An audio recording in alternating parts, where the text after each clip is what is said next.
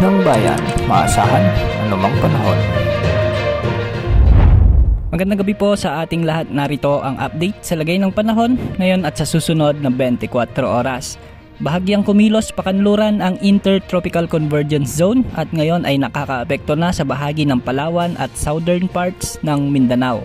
Samantalang easterlies naman ang nakakaapekto sa eastern parts ng Visayas at Mindanao at localized thunderstorms din sa natitira pang bahagi ng ating bansa.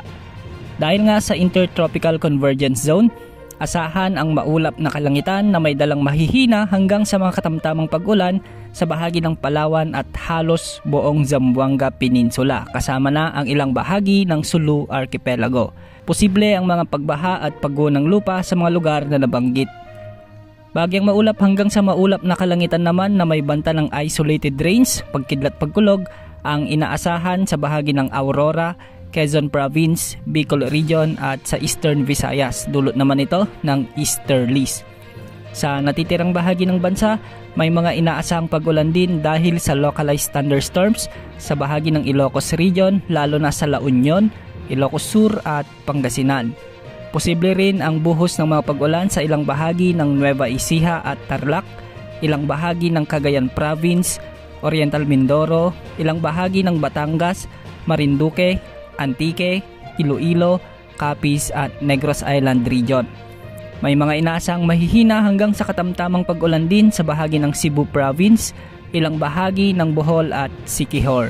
At sa Mindanao, mag-ingat po sa mga kababayan natin dyan dahil halos buong Mindanao ay makararanas ngayon ng mga pag-ulan at posible ang minsan ay malalakas na pagbuhos nito.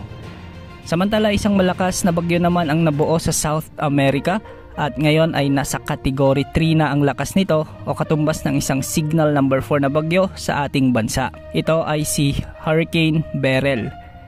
Para sa mga kababayan nating nakatira o nagtatrabaho sa nasabing lugar, mag-ingat po dahil posible pang lumakas ito hanggang sa Category 4 na hurricane.